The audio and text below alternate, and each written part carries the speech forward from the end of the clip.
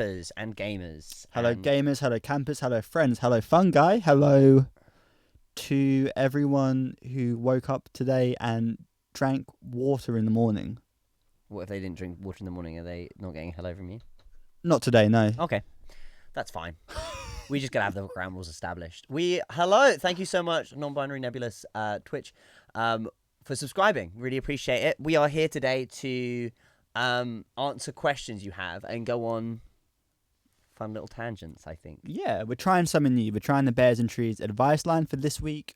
So Ian and I are here, but the other two members, we got George on camcorder duty.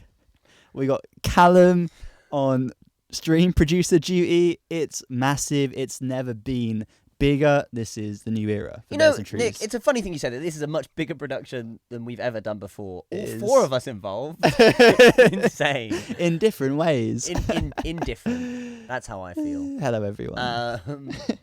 So we are here to, experience life together. Thank you so much, Rusty Snail, for subscribing. Very kind.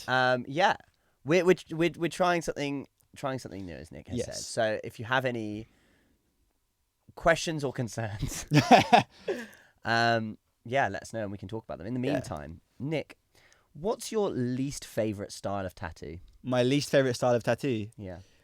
Probably, well, I mean, it really, it depends, because you can see tattoos which are badly done in any style, really. Oh, no, but what style when it's done well? When it's done well. Are you like... No, because some people really enjoy certain tattoo styles, and that wouldn't be fair. What would you say to someone watching who has a tattoo style you hate? No. Okay, fair enough. We're not gonna get Nick to be rude to anonymous strangers, at least not live. Not live. How do I get a specific band to come to my country? You can't get anyone to do anything. It's true. If you really want like a 10-step guide, I'd say step 1, make that band really popular in your country. Yeah. Step 2 through 9, hopefully that band will come to your country. Really, it's a 1-step plan. Yeah. Well, it's a 9-step. You said 9 steps. True. But steps 2 to 10 are, they're not happening really.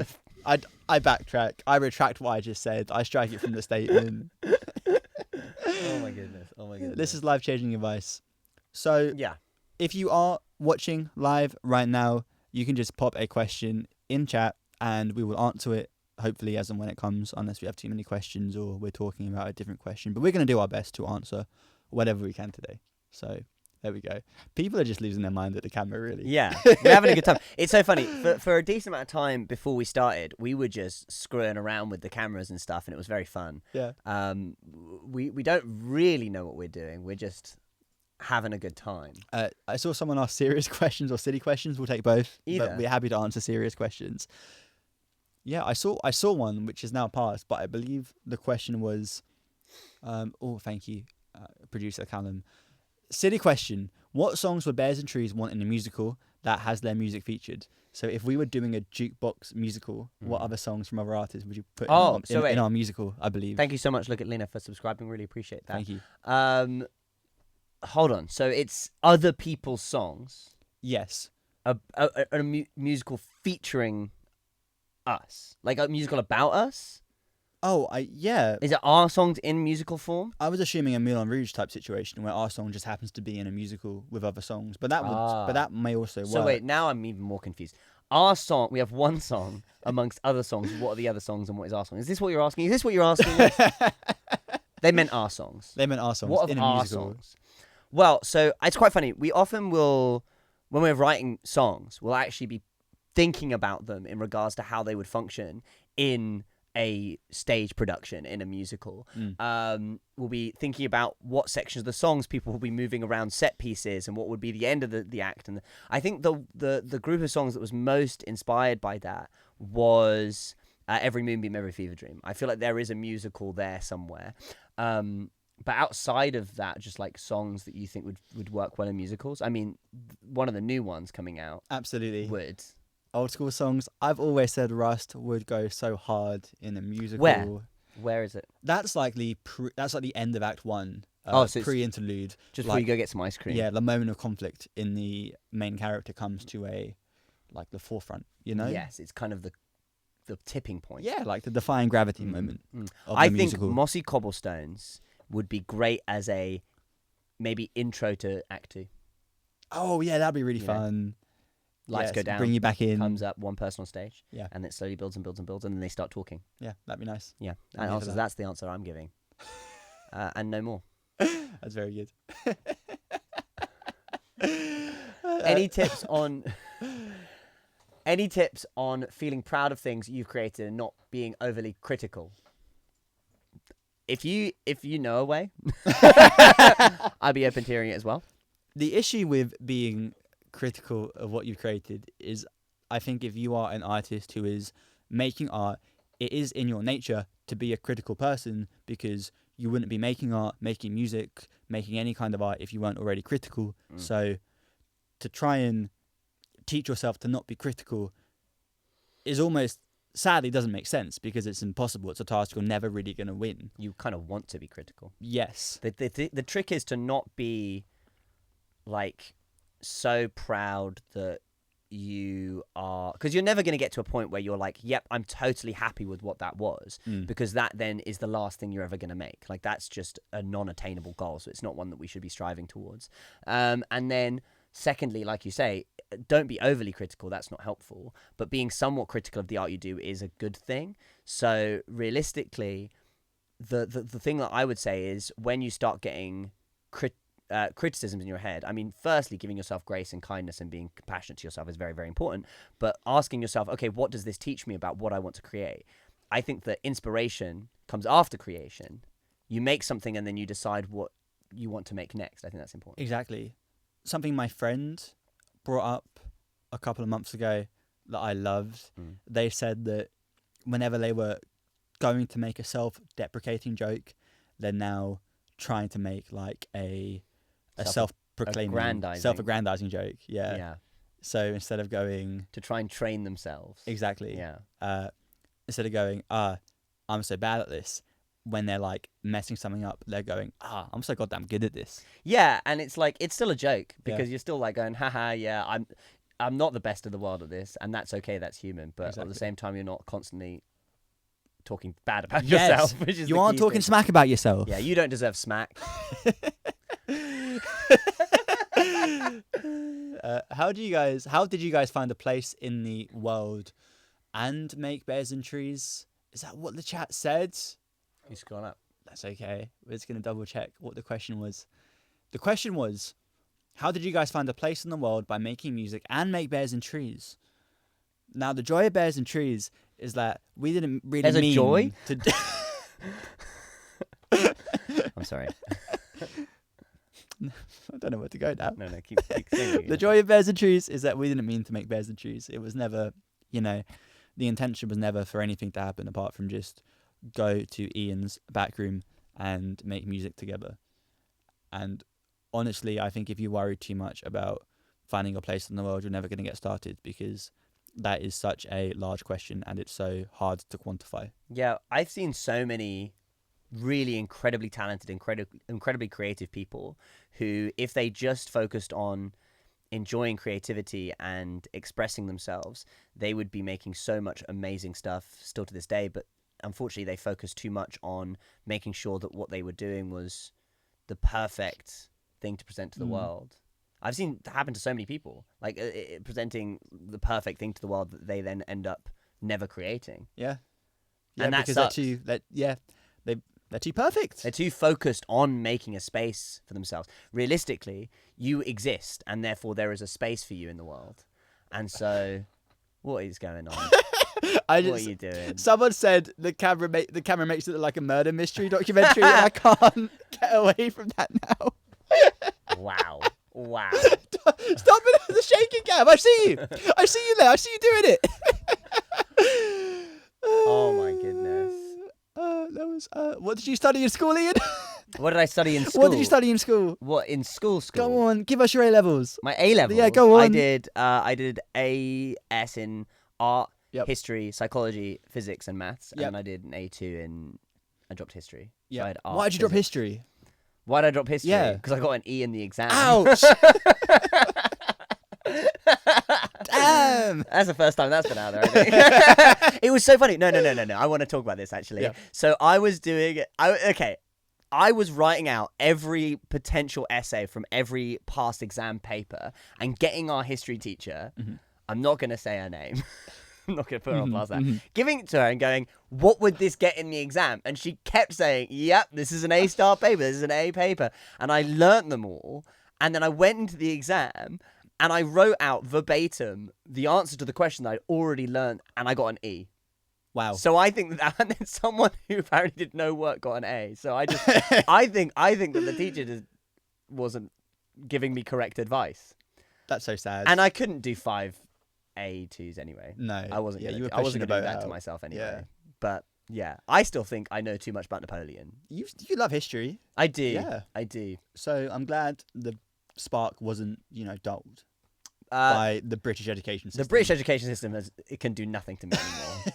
I am the creator of my own destiny. There was a question I saw yes, perfect. The question is, how do you Catharsis Max? Catharsis Max. So I'll find a movie, typically in black and white, right? Right. And I will watch it in dim mood lighting. Yeah. And I will keep doing that until I weep. Wow. There'll be a point where I weep. It just hits you all at Yeah. once. One time I was just making a tea and then the kettle crescendoing made me weep. Aw. I cry a lot. I love crying. You're a sensitive soul. I am. Catharsis Maxing. Very good.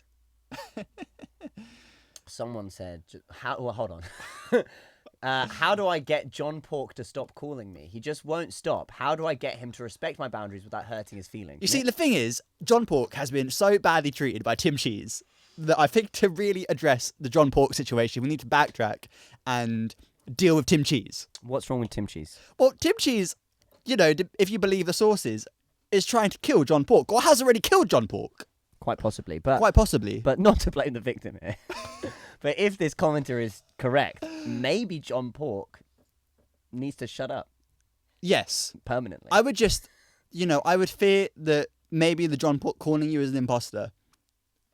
Oh, trying to spur up anti-John Pork sentiment. Yeah, all my homies are anti-John Pork. Is that now like the public discourse that we're anti-John Pork? Listen, I've abandoned the Anglosphere of brain rot for a long time. I'm full headfirst into the Italian brain rot movement. Oh yeah? Yeah. It's the surrealist movement. What's happening in Italian brain rot? Tralalila tralala. Wow. No, I do not know. Tung sahur. I do not know. No? Bananini chimpanzini. Yeah, okay. Bombadillo crocodilo. Okay. That sounds interesting. It is. And are these real words? Yeah. Great. I don't know, maybe. I just have no idea.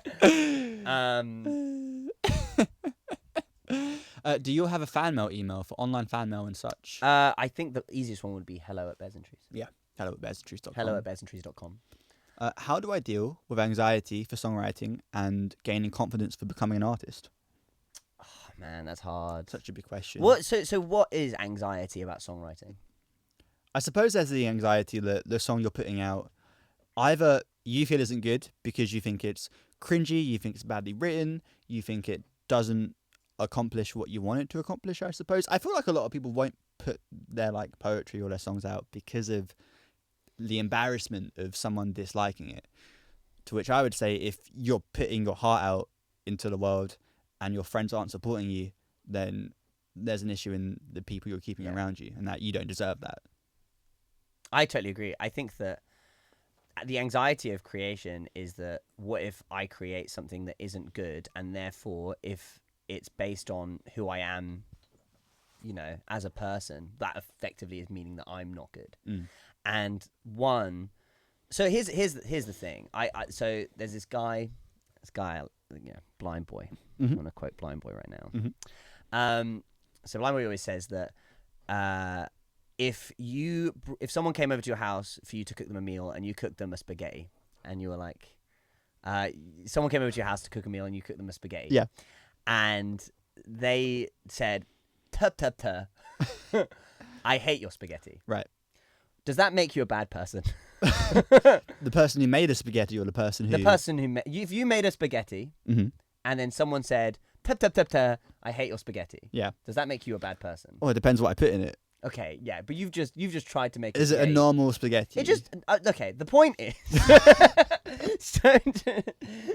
You're screwing with me right now. The point is that it's fine if someone doesn't like what you create. You're not making it for them. You're making it for yourself. Mm-hmm. There is the only way of getting better is by doing, and the only way of finishing is by finishing and putting something out there. Mm-hmm. Ultimately, not everyone's ever going to like what you do, and them not liking it doesn't mean that it's fundamentally bad or that you're not good. It just means that they don't like it. You've made a spaghetti, and that person might not like your spaghetti. Spaghetti. Yeah. Tralalilo tralala. So to confirm, do you like my spaghetti or not? I love your spaghetti. Thank you. You know I do. How do I get over my fear of failure? Try to fail. Fail. Intentionally fail. Make something bad and fail at making it bad. Yeah. Maybe. Try to fail.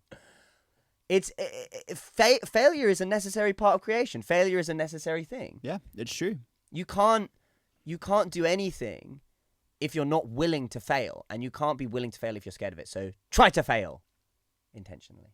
That's what I'd say. Fail upwards. Fail upwards. That's how we all do it. We fail upwards. Yeah.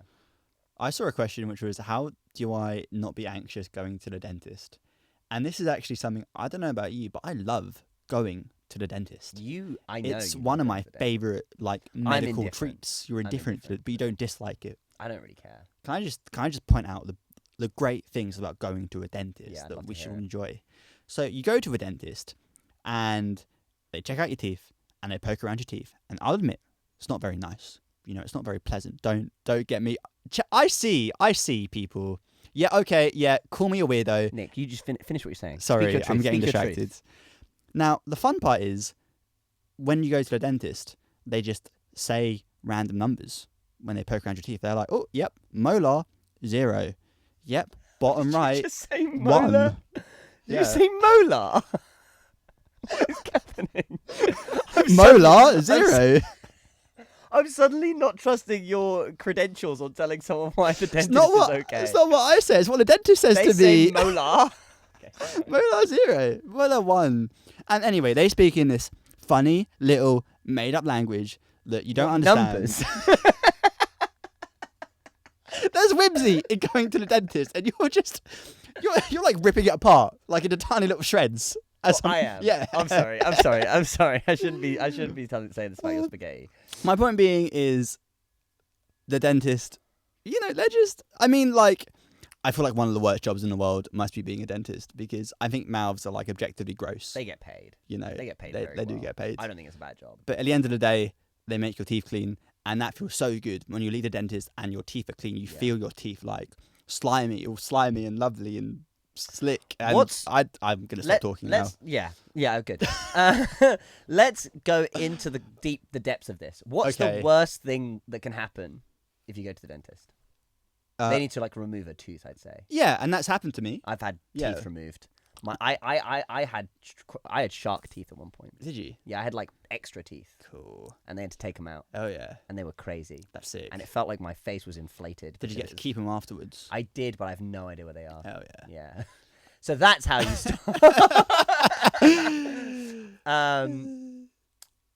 I do feel less anxious. Thank you. I mean, getting your teeth taken out or poked by a silly guy. Neither of them have impact on your life. I had a really funny experience at a dentist when I was a teenager, because they had to take my teeth out too. But my tooth was so rooted in there, the dentist had to get her assistant in because they just yank your tooth out, right? There's no science to it. It's just brute force.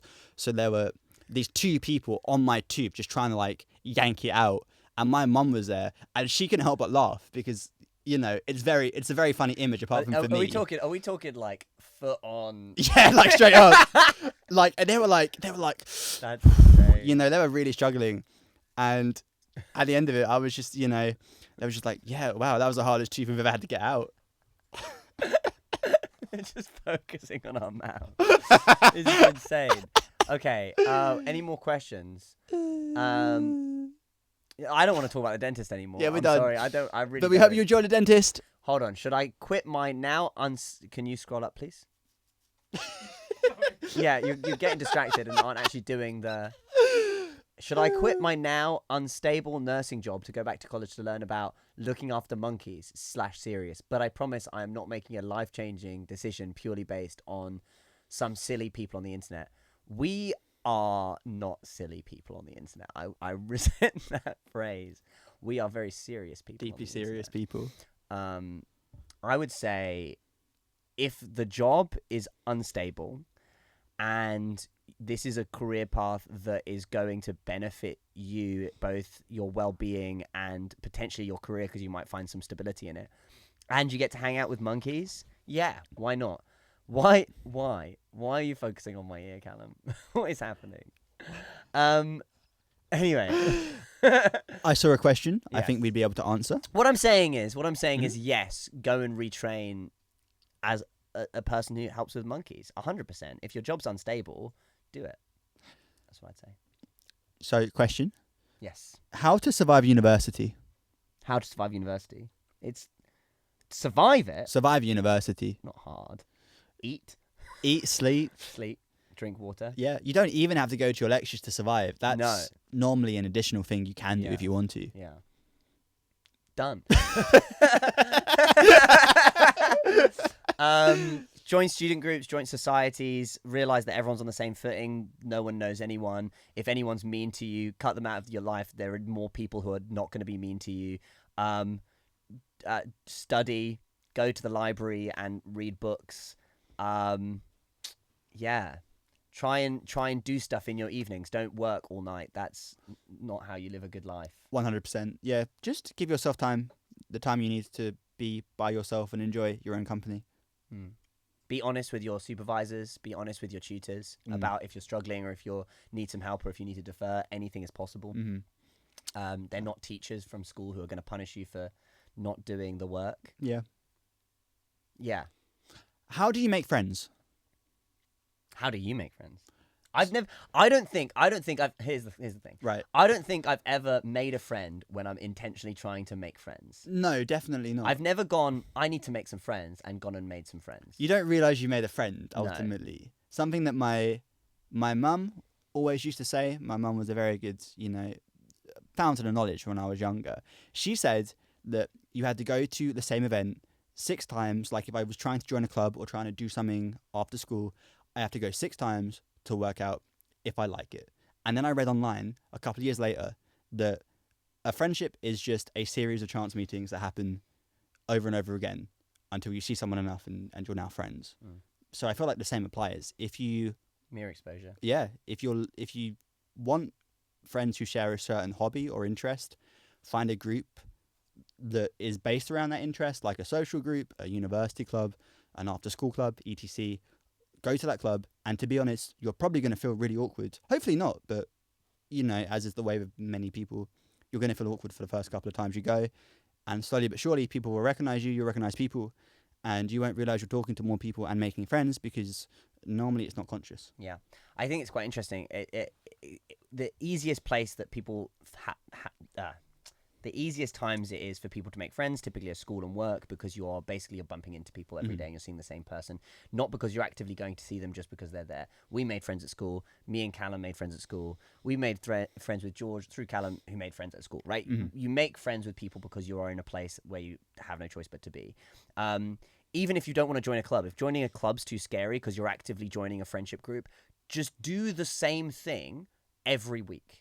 Go to the gym, rock climbing, which is what I do. I go rock climbing every week and I meet loads of people there. I've made loads of friends just being in the same place as people. Go to the same coffee shop to do work. Go to the same park to do, park stuff. I was going to say juggling because that's what I do. And eventually, like you say, you'll bump into people, you'll see them, and you'll eventually just become more comfortable around each other because you've spent more time around each other, and eventually you'll become friends. Easy peasy, bish bash bosh. It's true. Or info dumping. It's got a 50% success rate. The other 50%, they hate you. Good Lord. How do you keep up doing routines that are good for you? Or you have to do them when you don't want to do them. It's true. Yeah. Yeah, the way I saw it phrased, which helped me, is that you don't rise to your expectations, you drop to your environment, if that makes sense. So Wow. you can have the best expectations for yourself and what you want to do, but if you don't set up your immediate environment to allow you to do that, that's not going to happen. Because This is such a podcast moment. It's a real podcast moment. look, I saw it on Reddit. Clip that Okay. joke. But it's true. It's true. You have to make sure your environment's right. I think that, yeah. And it's not all or nothing. Mm. You don't have to, if you don't do it once, don't just stop doing it. Yeah. Because like that's not how you succeed in anything, is by stopping as soon as you've failed once. That doesn't make sense. But yeah, I really like that. Yeah. Bears and Trees podcast when? Right this now. is kind of what we're doing. Yeah. Come on. The idea was we've spoken a lot about starting a podcast, but we haven't had the time to organize a podcast. However, we want to stream more, and we thought it would be fun to do a mix of both, where we can stream and be live on Twitch while also doing something which is kind of more laid back and different from our usual streams, which is why we're here. So Bears and Trees podcast right now. Hello. Yeah. Welcome. We got quite a few questions. We've only got 5 minutes left of the stream. Cool. So do you want to pick a question? I saw, how do you find your passion in life? What should I get for dinner? How to not give up? Big questions. Yeah. Okay, how do you find your passion in life? You just have to try new things, and sometimes you have to try things you don't think you want to do, is the issue. One person I know who is a really interesting person, they've done like, stand up, one person plays, they've done painting, all this kind of stuff, is sometimes you just have to let your impulses win a little bit. If you want to paint a picture, paint a picture. Mm-hmm. It doesn't mean you're going to keep going. If you want to draw something, draw something. If in the moment you're like, I want to write a book, start writing a book. You don't have to finish it. But the only way of figuring out what your passions are is by living your life and just doing stuff. That's so good. Yeah. Is it? Yeah, I think so. I saw someone ask, how do you get your spark back? And I feel like this is the same. Well, yeah, this is the same thing. Inspiration doesn't come. It does not just appear upon you that you have a spark. You have to live. You have to go out into the world with the expectation that you might experience a grey day, and then every so often you'll have glimmers of life happen to you. Yeah. And that will build up. But you have to live. You have to be in spaces where you're experiencing. You've got the openness to experience, Yeah. Life is, short and difficult. But the only thing to do through it is live it, Life is short and difficult. Yep. It's true. Yeah. Well, actually, sometimes it's incredibly long. Long and slow. And arduous. Yep. but life is just, if you live and do things, you'll find passions, you'll find glimmers, you'll find joy.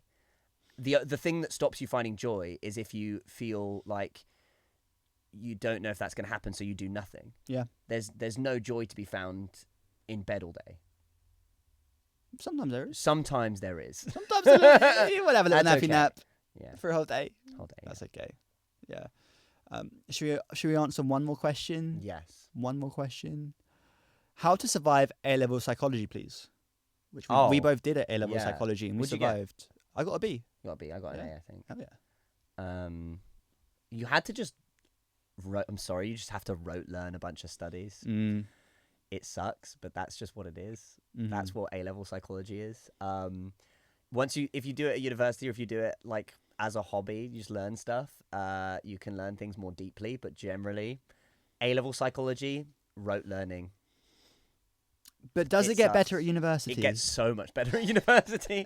It's really good. I really enjoyed it. I mean, if you're willing to engage with it, that is. But A-level psychology, mindless rote learning. Get some flashcards and just like learn some people's names in relation to some things, and learn how to do a canned essay, basically. Sorry, but it is only 2 years, so you'll be fine. Very nice. Thank you everyone for watching. What should I have for dinner tonight, Nick? Oh, that's such a good question. You should have bolognese. Okay. Yeah. We'll be back next Monday. Well, next Thursday and next Monday. So please come hang. Thank you for being here. We are Bears and Trees. You've been you. And this has been a lovely experience. Hell yeah. Sweet. Good job.